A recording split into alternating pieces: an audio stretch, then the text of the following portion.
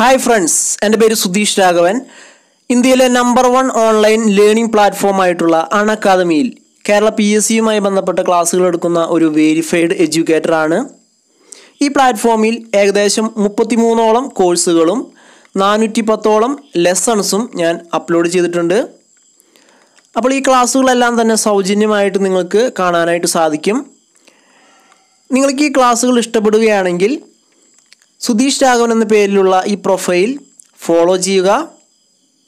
അതുപോലെ തന്നെ ഓരോ കോഴ്സുകളും നിങ്ങൾക്ക് ഇഷ്ടപ്പെടുന്നുണ്ടെങ്കിൽ അത് സേവ് ചെയ്യുക, റേറ്റ് ചെയ്യുക, അതുപോലെ റിവ്യൂ ചെയ്യുക. നിങ്ങളുടെ വിലപ്പെട്ട നിർദ്ദേശങ്ങളും അഭിപ്രായങ്ങളും കമൻറ്റ് ചെയ്യാനായിട്ട് മറക്കരുത്. നിങ്ങളുടെ എല്ലാവരുടെയും വിലപ്പെട്ട സപ്പോർട്ട് പ്രതീക്ഷിക്കുന്നു. Thank you. എല്ലാ കൂട്ടുകാർക്കും PSC 360യിലേക്ക് സ്വാഗതം. ഇന്നത്തെ ക്ലാസ്സിൽ നമ്മൾ പറയാൻ പോകുന്നത് ജനറൽ സയൻസിലെ ഫിസിക്സുമായി ബന്ധപ്പെട്ട ചോദ്യങ്ങളാണ്. മൾട്ടിപ്പിൾ ചോയ്സ് ക്വസ്റ്റ്യൻസും അതുമായി ബന്ധപ്പെട്ട ഷോർട്ട് നോട്ട്സും അടങ്ങിയിട്ടുള്ള ക്ലാസ്സാണിത്. ഇനി വരാനിരിക്കുന്ന യൂണിവേഴ്സിറ്റി അസിസ്റ്റന്റ് പരീക്ഷയ്ക്ക് തയ്യാറെടുക്കുന്ന കൂട്ടുകാർക്ക് ഉപകാരപ്രദമാകുമെന്ന് കരുതുന്നു. ആദ്യത്തെ ചോദ്യം, joule per second is the unit of options work, power, energy, force. Joule per second എന്ന് പറയുന്നത് എന്തിൻ്റെ യൂണിറ്റ് ആണെന്നാണ് ചോദ്യം. ശരിയായിട്ടുള്ള ഉത്തരം ഓപ്ഷൻ ബി, പവർ. പവറിൻ്റെ യൂണിറ്റ് ആണ് ജൂൾ പെർ സെക്കൻഡ്. ഇനി ഇത് എങ്ങനെയാണ് വന്നതെന്ന് നോക്കാം. പവർ എന്ന് പറയുന്നത് വർക്ക് ബൈ ടൈം അല്ലെങ്കിൽ എനർജി ബൈ ടൈം ആണ്. എനർജി അല്ലെങ്കിൽ വർക്ക് ബൈ ടൈം ആണ് പവർ എന്ന് പറയുന്നത്. ഇതിൽ വർക്കിൻ്റെയും എനർജിയുടെയും യൂണിറ്റ് എന്ന് പറയുന്നത് ജൂളാണ്. ഹീറ്റിൻ്റെയും യൂണിറ്റ് ജൂളാണ്. വർക്ക്, എനർജി, ഹീറ്റ് ഇതിൻ്റെ യൂണിറ്റ് SI യൂണിറ്റ് ഏതാണെന്ന് ചോദിച്ചാൽ അത് ജൂളാണ്. അപ്പോൾ വർക്ക് ബൈ ടൈം എന്നുള്ള ഇക്വേഷനിൽ വർക്കിൻ്റെ യൂണിറ്റ് ജൂളും ടൈമിൻ്റെ യൂണിറ്റ് സെക്കൻഡും വരുമ്പോൾ ജൂൾ പെർ സെക്കൻഡ് എന്നാണ് വരുന്നത്. അതുതന്നെയാണ് നമ്മൾ വാട്ട് എന്ന് പറയുന്നത്. പവറിൻ്റെ യൂണിറ്റ് സാധാരണ വാട്ട് എന്നാണ് പറയുന്നത്. അത് ശരി തന്നെയാണ്. പക്ഷേ അതിന് നമ്മൾ സ്പ്ലിറ്റ് ചെയ്ത് എഴുതുകയാണെങ്കിൽ ഇക്വേഷൻ പ്രകാരം വർക്ക് ബൈ ടൈം എന്നുള്ള ഇക്വേഷൻ പ്രകാരം ജൂൾ പെർ സെക്കൻഡ് എന്ന് വരുന്നതാണ്. അപ്പോൾ ഇങ്ങനെയും ചോദ്യം വരാം. ഇതൊരു പ്രീവിയസ് ഇയർ ക്വസ്റ്റ്യൻ ആണ്. ഡിഗ്രി ലെവൽ പരീക്ഷയ്ക്ക് തന്നെ വന്ന ഒരു ചോദ്യമാണ്. ഓർക്കുക, ജൂൾ പെർ സെക്കൻഡ് പവറിൻ്റെ യൂണിറ്റ് ആണ്. വാട്ട് തന്നെയാണ് ജൂൾ പെർ സെക്കൻഡ്. ഇനി ഇവിടെ ഓപ്ഷൻസിൽ കൊടുത്തിട്ടുള്ളത് വർക്ക്, എനർജി നമ്മൾ നേരത്തെ പറഞ്ഞു ജൂളാണ് അതിൻ്റെ യൂണിറ്റ്. ഫോഴ്സ് എന്ന് പറയുന്നത് ന്യൂട്ടൺ ആണ്. ഫോഴ്സിൻ്റെ യൂണിറ്റ് ന്യൂട്ടൺ ആണ്. അത് നമ്മൾ ഇതുപോലെ സ്പ്ലിറ്റ് ചെയ്ത് എഴുതുമ്പോൾ kilogram metre per second square. Kilogram metre per second square. കാരണം ഫോഴ്സ് എന്ന് പറയുന്നത് ഫോഴ്സ് F = ma എന്നുള്ള ഇക്വേഷനൊക്കെ നമ്മൾ പഠിച്ചിട്ടുണ്ടാവും. ഫോഴ്സ് എന്ന് പറഞ്ഞാൽ അത് മാസിൻ്റെയും അതുപോലെ തന്നെ ആക്സിലറേഷൻ്റെയും ഗുണനഫലമാണ്. മാസിൻ്റെയും ആക്സിലറേഷൻ്റെയും ഗുണനഫലമാണ് ഫോഴ്സ് എന്ന് പറയുന്നത്, അതായത് ബലം എന്ന് പറയുന്നത്. അപ്പോൾ മാസിൻ്റെ യൂണിറ്റ് കിലോഗ്രാം, ആക്സിലറേഷൻ അഥവാ ത്വരണം അതിൻ്റെ unit metre per second square. അപ്പോൾ അതിൻ്റെ യൂണിറ്റ് ഇപ്പോൾ ഇവിടെ നമ്മൾ ജൂൾ പെർ സെക്കൻഡ് എന്ന് പറഞ്ഞതുപോലെ ഫോഴ്സിൻ്റെ യൂണിറ്റ് എന്ത് വരും? കിലോഗ്രാം മീറ്റർ പെർ സെക്കൻഡ് എന്ന് വരും. അപ്പോൾ യൂണിറ്റുകളിൽ നിന്നും ഒരു മാർക്കിന് ചോദ്യം വരാറുണ്ട്. നല്ല പോലെ ഓർത്തു വയ്ക്കുക. ഇനി SI യൂണിറ്റുകൾ 7 പ്രധാനപ്പെട്ട SI യൂണിറ്റുകളാണ് നമ്മൾ ഉപയോഗിക്കുന്നത്. അതൊക്കെയാണെന്ന് നോക്കാം. ലെങ്ത് മീറ്റർ SI യൂണിറ്റുകളാണ്, ശ്രദ്ധിക്കുക. ലെങ്ത്തിൻ്റെ SI യൂണിറ്റ് മീറ്റർ ആണ്. Time second. അതുപോലെ amount of substance mole. Electric current ampere. Temperature kelvin. Luminous intensity candela. Mass kilogram. അപ്പോൾ ഏറ്റവും ഫണ്ടമെൻ്റൽ ആയിട്ടുള്ള യൂണിറ്റുകൾ ചോദിച്ചാൽ ലെങ്ത്, ടൈം, മാസാണ്. ലെങ്ത്തിൻ്റെ മീറ്റർ, ടൈമിൻ്റെ സെക്കൻഡ്, മാസിൻ്റെ കിലോഗ്രാം. ഏറ്റവും ഫണ്ടമെൻ്റൽ ആയിട്ടുള്ളത്. അപ്പോൾ 7 എണ്ണം ഇവിടെ പറയുന്നത് length, time, amount of substance, electric current, temperature, luminous intensity എന്ന് പറയുന്നത്, മാസ്. അപ്പോൾ ഇതൊക്കെ തന്നെ 7 SI യൂണിറ്റുകളാണ്. അന്താരാഷ്ട്ര തലത്തിൽ എല്ലാ രാജ്യങ്ങളും ഒരുപോലെ ഉപയോഗിക്കുന്ന ഒരു യൂണിറ്റ് രീതിയാണ് സിസ്റ്റം ഇന്റർനാഷണൽ എന്നറിയപ്പെടുന്ന SI സിസ്റ്റം 1960 ഇത് ലോകത്തെ എല്ലായിടത്തും ഒരുപോലെ അംഗീകരിച്ചു തുടങ്ങിയത്. 7 SI യൂണിറ്റുകളാണുള്ളത്, ഓർത്തു വയ്ക്കുക.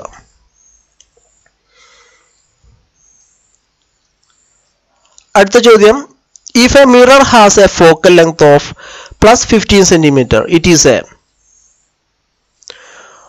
options convex mirror, concave mirror, plane mirror, none of these. If a mirror has a focal length of plus 15 cm, it is a. അപ്പോൾ ഇവിടെ ശ്രദ്ധിക്കുക, ഇവിടെ പ്ലസ് 15 എന്ന് വന്നിട്ടുള്ളത് ഫോക്കൽ ലെങ്ത് ആണ്. പ്ലസ് 15 സെന്റിമീറ്റർ പോസിറ്റീവ് ആയിട്ടുള്ള ഒരു ഫോക്കൽ ലെങ്ത് ആണ്. അതുപോലെ ശ്രദ്ധിക്കേണ്ട കാര്യം, ഇതൊരു മിറർ ആണ്. അപ്പോൾ ഇവിടെ ശരിയായിട്ട് വരുന്ന ഉത്തരം option B, concave mirror. Concave mirror ആണ് ശരിയായിട്ടുള്ള ഉത്തരം. അപ്പോൾ ശ്രദ്ധിക്കേണ്ട കാര്യം, മിററിന്റെ കാര്യത്തിൽ, മിറർ അതായത് ദർപ്പണത്തിന്റെ കാര്യത്തിൽ പോസിറ്റീവ് ആയിട്ടുള്ള ഫോക്കൽ ലെങ്ത് എന്ന് പറയുന്നത്, ഫോക്കൽ ലെങ്ത് പോസിറ്റീവ് ആണെങ്കിൽ അത് കോൺകേവ് ആയിരിക്കും, കോൺകേവ്. ഇനി ഫോക്കൽ ലെങ്ത് നെഗറ്റീവ് ആണെന്നുണ്ടെങ്കിൽ മിററിന്റെ കാര്യത്തിൽ അത് കോൺവെക്സ് ആയിരിക്കും. ഇനി ലെൻസ് ആണെങ്കിൽ, അപ്പോൾ ഇവിടെ കമ്പയർ ചെയ്ത് പഠിക്കുക. ലെൻസിന്റെ കാര്യം എടുത്താൽ ഫോക്കൽ ലെങ്ത് പോസിറ്റീവ് എന്ന് പറയുന്നത് കോൺവെക്സ് ലെൻസ് ആണ്, കോൺവെക്സ് ലെൻസ് ആണ്. നെഗറ്റീവ് എന്ന് പറയുന്നത് കോൺകേവ് ലെൻസ് ആണ്. അപ്പോൾ ഏതെങ്കിലും ഒരു കാര്യം ഉറപ്പിച്ച് പഠിക്കുക.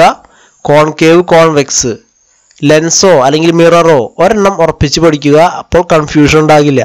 പോസിറ്റീവായിട്ട് വരുന്നത് മിററിന്റെ കാര്യത്തിൽ കോൺകേവ് ആണ്, ലെൻസിന്റെ കാര്യത്തിൽ പോസിറ്റീവായിട്ട് വരുന്നത് കോൺവെക്സ് ലെൻസ് ആണ്. അതുപോലെ നെഗറ്റീവ് ഫോക്കൽ ലെങ്ത് വരുന്നത് കോൺവെക്സ് മിറർ ആണ്, കോൺകേവ് ലെൻസ് ആണ്. ഇനി പവറിന്റെ കാര്യം പറഞ്ഞാലും ഇതുപോലെ തന്നെയാണ് വരുന്നത്. പവർ, ലെൻസിന്റെ പവർ എന്ന് പറഞ്ഞാൽ ഫോക്കൽ ലെങ്ത്തിന് ഇൻവേഴ്സ് ആണ് വരുന്നത്. 1/, ഫോക്കൽ ലെങ്ത് ആണ് പവർ എന്ന് പറയുന്നത്. അതും ഇതുപോലെ തന്നെ ഇതേ രീതിയിൽ തന്നെയാണ് പറയുന്നത്, പോസിറ്റീവും നെഗറ്റീവും പറയുന്നത്. ലെൻസിന്റെ പവർ സൂചിപ്പിക്കുന്ന യൂണിറ്റ് ഡയോപ്റ്റർ. ചോദ്യം വരാറുണ്ട്, ഡയോപ്റ്റർ ലെൻസിന്റെ പവർ സൂചിപ്പിക്കുന്ന യൂണിറ്റ്. ഇനി പ്ലെയിൻ മിററിന്റെ ഫോക്കൽ ലെങ്ത് ചോദിച്ചാൽ അത് ഇൻഫിനിറ്റി ആണ്. അതിന് ഫോക്കൽ ലെങ്ത്തിൽ ഇൻഫിനിറ്റി എന്നാണ് പറയുക, പ്ലെയിൻ മിറർ.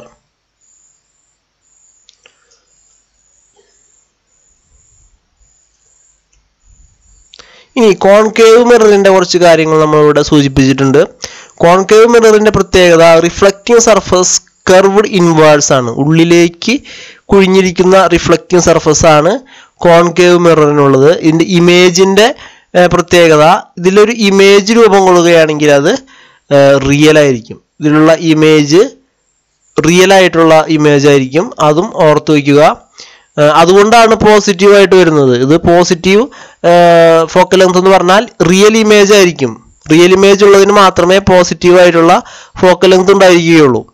ഇനി ഇൻവേർട്ടഡ് ആൻഡ് സ്മോൾ ഇമേജിന്റെ കാര്യമാണ് ഇവിടെ പറയുന്നത്. Inverted and small if object beyond optic centre. അപ്പോൾ ഇതൊരു കോൺകേവ് മിറർ ആണെന്ന് വിചാരിക്കുക. ഇതൊരു പൂർണ്ണ ഗോളമായിട്ട് കണക്കാക്കിയാൽ അതിനൊരു സെന്റർ ഉണ്ടായിരിക്കും. അതാണ് ഒപ്റ്റിക് സെന്റർ എന്ന് പറയുന്നത്. അപ്പോൾ ഈ ഒപ്റ്റിക് സെന്ററിന്റെ അപ്പുറത്താണ് ഇതിന്റെ വസ്തു വെച്ചിട്ടുള്ളതെങ്കിൽ അതിലുണ്ടാകുന്ന ഇമേജ് എന്ന് പറയുന്നത് തലകീഴായതും ചെറുതുമായിട്ടുള്ള ഇമേജ് ആണ്. ഇനി വസ്തു ഒപ്റ്റിക് സെന്ററിനും കോൺകേവ് മിററിനും ഇടയിലാണ് വസ്തു എന്നുണ്ടെങ്കിൽ അതിന്റെ ഇമേജ് എന്ന് പറയുന്നത് വലുതും നിവർന്നതുമായിരിക്കും. Erect and big if object between focus and optic centre. ഫോക്കസിനും ഒപ്റ്റിക് സെന്ററിനും. അപ്പോൾ അതും ഓർത്തു വയ്ക്കുക. ഏറ്റവും നമ്മൾ അടുത്ത് വെച്ച് ഉപയോഗിക്കുമ്പോൾ വലുതും നിവർന്നതായിരിക്കും. അകലെ വസ്തു വയ്ക്കുമ്പോൾ അതിനുണ്ടാകുന്ന ഇമേജ് തലകീഴായതും ചെറുതുമായിരിക്കും. അപ്പോൾ അതും ശ്രദ്ധിക്കുക. ഇവിടെ നമ്മൾ ഉപയോഗം സാധാരണ ഷേവിംഗ് മിറർ ഉപയോഗിക്കുമ്പോൾ നമുക്ക് വളരെ വലുതും നിവർന്നതുമായിട്ടുള്ള ഇമേജ് ആണ് കാണുന്നത്. അതാണ് ഇതിന്റെ പ്രധാന ഉപയോഗങ്ങൾ വരുന്നത്. അപ്പോൾ അത് വളരെ അടുത്ത് വെച്ചിട്ടാണ് ഉപയോഗിക്കുന്നത്. അപ്പോൾ അങ്ങനെ രണ്ട് പ്രത്യേകതകൾ ഇതിലുണ്ട്.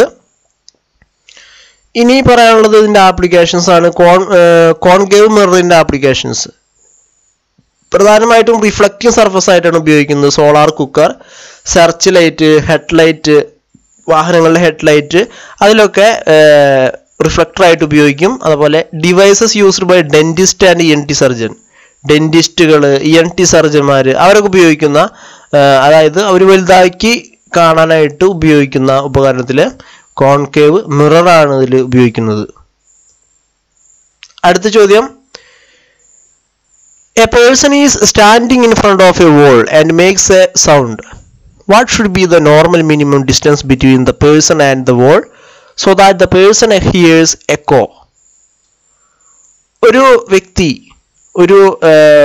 ഒരു വോളിൻ്റെ മുന്നിൽ നിൽക്കുകയാണ്, ഒരു ഭിത്തിയുടെ മുന്നിൽ നിൽക്കുകയാണ്, എന്നിട്ടൊരു ശബ്ദം ഉണ്ടാക്കുന്നു.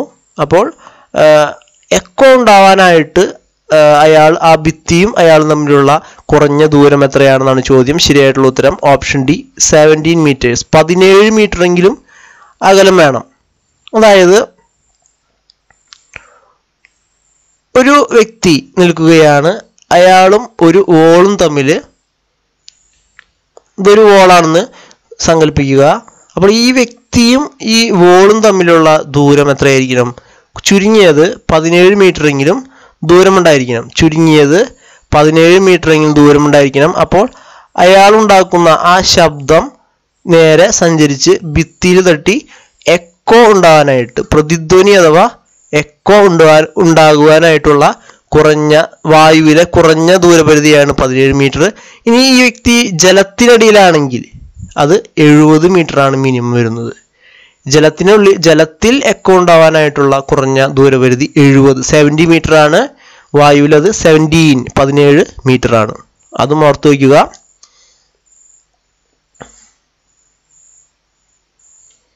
എക്കോ എന്ന് പറഞ്ഞാൽ echo is a reflection of sound that arrives at the listener with a delay after the direct sound. നമ്മളൊരു ശബ്ദം പുറപ്പെടുവിച്ച ശേഷം കുറച്ച് ശേഷം അതേ ശബ്ദം തന്നെ പ്രതിഫലിച്ച് കേൾക്കുന്നതിനെയാണ് എക്കോ അഥവാ പ്രതിധ്വനി എന്ന് പറയുന്നത്.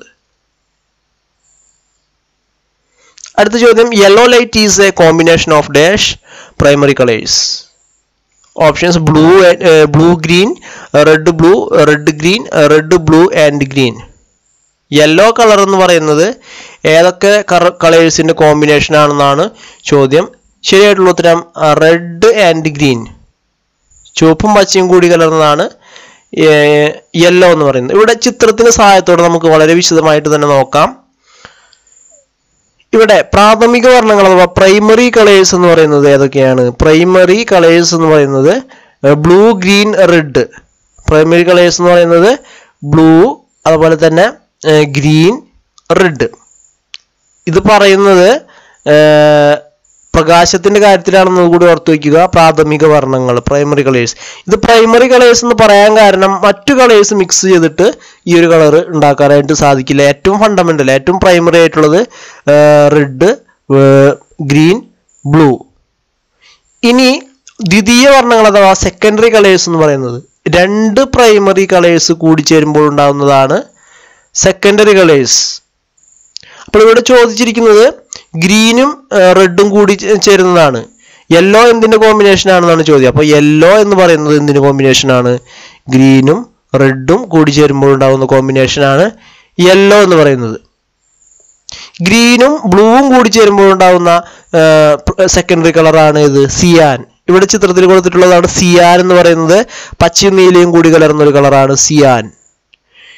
ഇനി റെഡും ബ്ലൂവും കൂടി ചേരുമ്പോൾ ഉണ്ടാകുന്നതാണ് മജന്ത. അപ്പോൾ സെക്കൻഡറി കളേഴ്സ് ഏതൊക്കെയാണെന്ന് ചോദിച്ചാൽ സെക്കൻഡറി കളേഴ്സ് ആണ് എന്ത്? യെല്ലോ. യെല്ലോ എന്ന് പറയുന്നത് റെഡും ഗ്രീനും കൂടി ചേരുമ്പോൾ ഉണ്ടാകുന്നതാണ്. അടുത്ത സെക്കൻഡറി കളർ സിയാൻ. സിയാൻ എന്ന് പറയുന്നത് ബ്ലൂവും ഗ്രീനും ചേരുമ്പോൾ ഉണ്ടാകുന്നതാണ്. മജന്ത. മജന്ത എന്ന് പറയുന്നത് റെഡും ബ്ലൂവും കൂടി ചേരുമ്പോൾ ഉണ്ടാകുന്നതാണ്. അപ്പോൾ ഇതൊക്കെ ശ്രദ്ധിക്കുക. ഇത് ഈ കളേഴ്സ് ഒന്ന് ഈ ഒരു ചിത്രം മനസ്സിൽ പതിപ്പിച്ചാൽ നമുക്ക് എളുപ്പത്തിൽ ഇത് ഓർത്തു വയ്ക്കാനായിട്ട് സാധിക്കും. ഈ നിറങ്ങൾ ഏതാണെന്ന് പഠിച്ചാൽ മതി.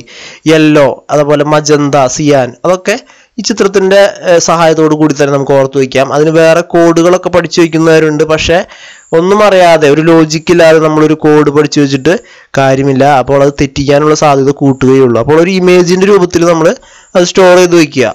ഇങ്ങനെ തന്നെ ഇമേജിൻ്റെ രൂപത്തിൽ തന്നെ പഠിച്ചു വയ്ക്കുക. അപ്പോൾ എളുപ്പത്തിൽ ഇത് ഓർത്തു വയ്ക്കാനായിട്ട് സാധിക്കും. അടുത്ത ചോദ്യം, ampere our is the unit of which among the following? Power, energy, intensity of current, amount of charge. Ampere hour എന്ന് പറയുന്നത് എന്തിൻ്റെ യൂണിറ്റ് ആണെന്നാണ് ചോദ്യം. ശരിയായിട്ടുള്ള ഉത്തരം എമൗണ്ട് ഓഫ് ചാർജ്. ചാർജിൻ്റെ എമൗണ്ടിനെ സൂചിപ്പിക്കുന്ന യൂണിറ്റാണ് ആംബിയർ അവർ. ഇത് നമ്മൾ സാധാരണ ഉപയോഗിക്കുന്നൊരു വാക്കാണ്. കാരണം നമ്മൾ പുതിയ മൊബൈൽ ഫോണുകളൊക്കെ വാങ്ങുമ്പോൾ അല്ലേ MAH എന്ന് ശ്രദ്ധിച്ചിട്ടുണ്ടാവും. Milli ampere hour, MAH. Battery 4000 mAh എന്നൊക്കെ പറഞ്ഞ് കേട്ടിട്ടുണ്ടാകും മൊബൈൽ ഫോണിലെ ബാറ്ററികളുടെ ശേഷി പറയുന്നത്. അപ്പോൾ അത് മില്ലി ആംബിയർ അവർ ആണ്. അപ്പോൾ അവിടെ ആംബിയർ അവർ എന്ന് പറഞ്ഞാൽ എന്താണ്? എമൗണ്ട് ഓഫ് ചാർജിൻ്റെ യൂണിറ്റ് ആണ്. അത്രയും ഓർത്ത് വയ്ക്കുക. നമ്മൾ ഉപയോഗിക്കുന്ന ടേംസ് ആണ്, ഓർത്ത് വയ്ക്കാനായിട്ട് അത്ര ബുദ്ധിമുട്ടില്ല. എമൗണ്ട് ഓഫ് ചാർജ് ആണ് ആംബിയർ അവർ എന്ന് പറയുന്നത്.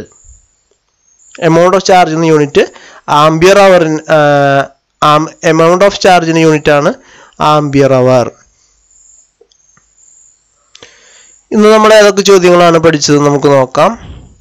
ആദ്യത്തെ ചോദ്യം, joule per second is the unit of. Correct answer option B, power. If a mirror has a focal length of plus 15 cm, it is a concave mirror. A person is standing in front of a wall and makes a sound. What should be the normal minimum distance between the person and the wall so that the person hears echo? Option D, 17 meter. Yellow light is a combination of dash primary colors, red and green.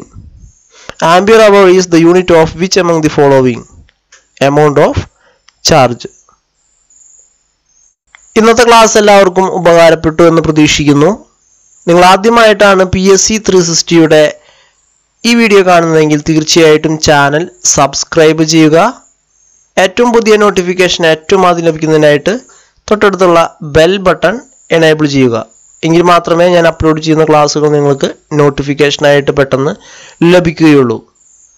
ഇന്ത്യയിലെ number 1 online learning പ്ലാറ്റ്ഫോമായിട്ടുള്ള അൺഅക്കാദമിയിൽ ഞാൻ ക്ലാസ്സുകൾ എടുക്കുന്നത് സുധീഷ് രാഘവൻ എന്ന പേരിലാണ്. ഏറ്റവും കൂടുതൽ ക്ലാസ്സുകളും upload ചെയ്തിരിക്കുന്നത് അൺഅക്കാദമി പ്ലാറ്റ്ഫോമിലാണ്. അപ്പോൾ മികച്ച ക്ലാസ്സുകൾ നിങ്ങൾക്ക് ലഭിക്കുന്നതിനായിട്ട് അൺഅക്കാദമി ആപ്ലിക്കേഷൻ ഇൻസ്റ്റാൾ ചെയ്യുക. അതിനുശേഷം സുധീഷ് രാഘവൻ എന്ന പേരിലുള്ള പ്രൊഫൈൽ ഫോളോ ചെയ്യുക. അതിൽ ധാരാളം ക്ലാസ്സുകൾ അപ്ലോഡ് ചെയ്തിട്ടുണ്ട്. അപ്പോൾ അത് ഒന്ന് നോക്കുന്നത് നല്ലതായിരിക്കും. ഇനി നിങ്ങൾക്ക് PSC 360യുടെ വാട്സാപ്പ് ബ്രോഡ്കാസ്റ്റിംഗ് ഗ്രൂപ്പിലേക്ക് അംഗമാകണമെങ്കിൽ ഇവിടെ സ്ക്രീനിൽ കൊടുത്തിട്ടുള്ള നമ്പറിലേക്ക് ജോയിൻ എന്ന് പറഞ്ഞിട്ട് മെസ്സേജ് അയച്ചാൽ മതി. അംഗമാകാൻ താല്പര്യമുള്ളവർ മാത്രം മെസ്സേജ് അയക്കുക. ജോയിൻ അല്ലെങ്കിൽ ആഡ് ചെയ്യാൻ പറഞ്ഞിട്ട് ഒരു റിക്വസ്റ്റ് ആയിട്ട് അയച്ചാൽ മതി. അപ്പോൾ ഞാൻ അതിൽ നിങ്ങളെ ചേർക്കുന്നതായിരിക്കും. അതുപോലെ എന്തെങ്കിലും സംശയമുണ്ടെങ്കിൽ നിങ്ങൾക്ക് മെസ്സേജ് അയക്കാവുന്നതാണ്. ഇനി ടെലഗ്രാമിൽ ഒരു ചാനലും PSC 360യുടെ പേരിലുണ്ട്. ടെലഗ്രാം ഉപയോഗിക്കുന്ന കൂട്ടുകാരുണ്ടെങ്കിൽ PSC 360 ഒഫീഷ്യൽ എന്ന പേരിൽ സെർച്ച് ചെയ്യുക. അല്ലെങ്കിൽ ഡിസ്ക്രിപ്ഷൻ ബോക്സിൽ താഴെ അതിൻ്റെ ലിങ്ക് നൽകിയിട്ടുണ്ട്, അതിൽ ക്ലിക്ക് ചെയ്താലും മതി. ഫേസ്ബുക്ക് ഉപയോഗിക്കുന്ന കൂട്ടുകാർക്ക് ഫേസ്ബുക്ക് പേജുമുണ്ട് PSC 360 എന്ന പേരിൽ. അപ്പോൾ അതും ലൈക്ക് ചെയ്യുക. അപ്പോൾ എല്ലാ രീതിയിലുമുള്ള സപ്പോർട്ട് പ്രതീക്ഷിക്കുന്നു. Thank you.